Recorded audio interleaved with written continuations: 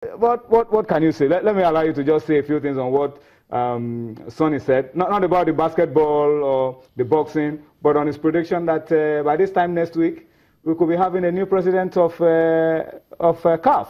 It's possible. A lot of people are already predicting. Anything is possible. Yeah.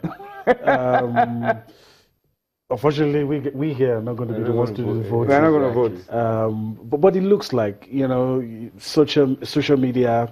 Those guys on social media. Public opinion. Relying on social media for things like this, because the guys on social media are not the ones who will vote. There are some 54 guys somewhere are the ones that will vote. That's what I'm saying. If you aggregate all of those opinion, you might have a sense of what probably could be, and on everybody's lips. I think since we are even in a change era here in Nigeria, everybody's talking change. Yeah, I guess so. I guess so. Everybody's talking consolidation. It's actually what everybody's looking at. But mind you, the social media is very tricky. It's very. I remember the US elections. Yeah, a lot. Not only just the US elections, even Ghana and everywhere. The guy that everybody felt was dominating on social media eventually wasn't the one who got it, and it was like a shock when the results came out.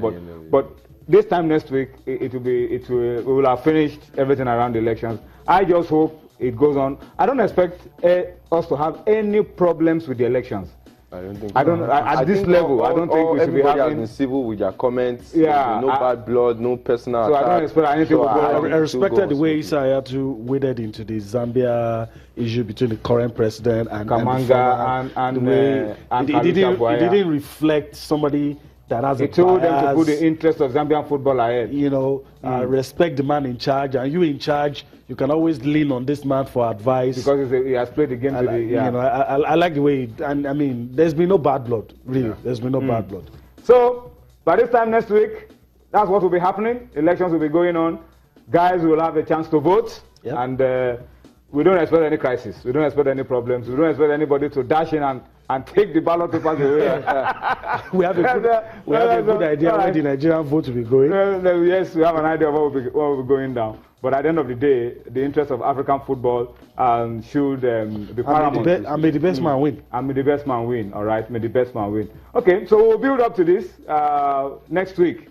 Most of next week, we'll be building up to it and try to see how things will go. A lot of people have been asking us questions on social media. We promised at the beginning of our build-up to the elections that we're going to do a breakdown of who will vote, the different zones, COSAFA, South Africa, the Central and East Africa, the West Africa, the North Africa. Yeah.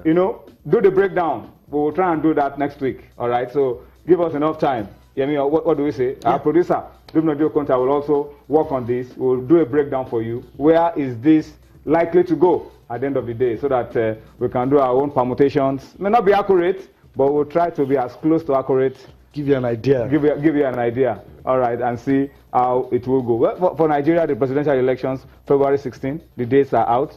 February 16, 2019. All right, so everybody's talking about elections. Guys, let's come back home very quickly. No, we are not coming home. We are going to Now Camp. That's where everybody wants to be. That was where a miracle happened yesterday. And hundreds of people are still in shock at what happened yesterday. On this show, about this time yesterday, we were talking about it, that all PSG needed was just one goal, and they will be through. What a mistake we made. We didn't factor in that they could be conceding goals. Yeah, in 3 minutes. In 3 minutes, that they could concede 3. All right, but you can't stop these fans from celebrating, Femi.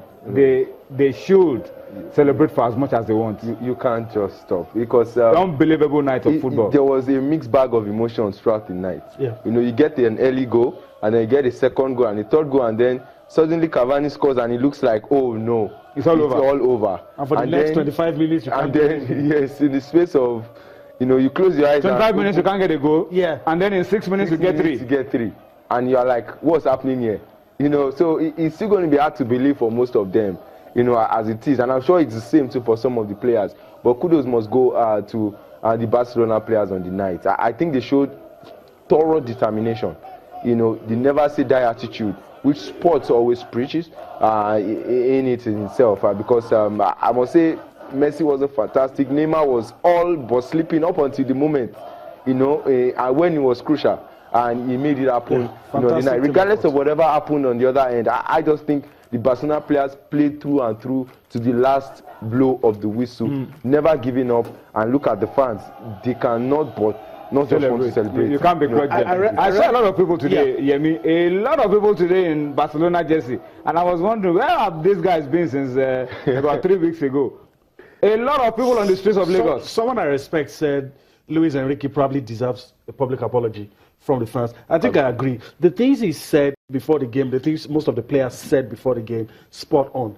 He was actually expecting 6 goals. Yeah, he factored in that, look, we can't stop PSG from scoring. So what we are going to do in this game is to go all out and score as many goals as we can. All the players, in fact, Neymar was the one that said if there is still a 1% chance that they will qualify, they were going to have 99% faith that they will qualify.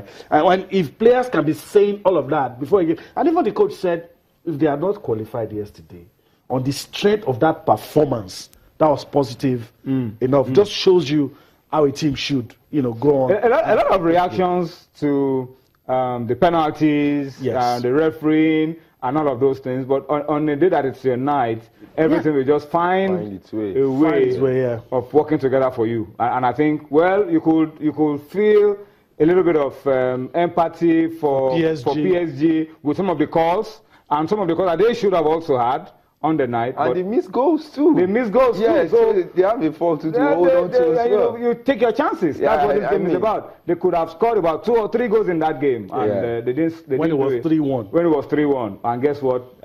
They allowed us to see a little bit of history. All right, let's listen to FIFA president. He's also been speaking about this game, the president of FIFA. All right, I'm told that they can only take that when we return from the break. So we'll go on a break now. When we return, we'll continue our talk about the miracle at an outcome.